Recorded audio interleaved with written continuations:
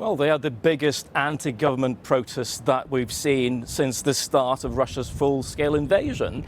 And what this tells us is that this controversial law that was passed by the Ukrainian parliament yesterday, it threatens to break the social contract in Ukraine, where society sort of united around the government and was prepared to put aside any differences for the sake of fighting Russia. Now they're saying this isn't what we've been fighting for these 10 years.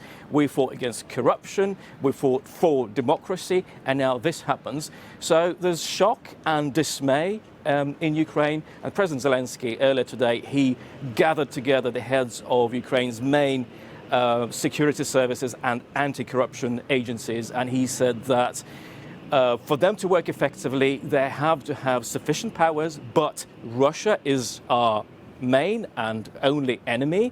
And also, he said that we hear what society is saying. So I think this was a reference to the protests last night. And Vitaly, you've been to Istanbul before to cover previous talks. What are the expectations around these ones? Due to start, I think, in about 3.5 hours' time.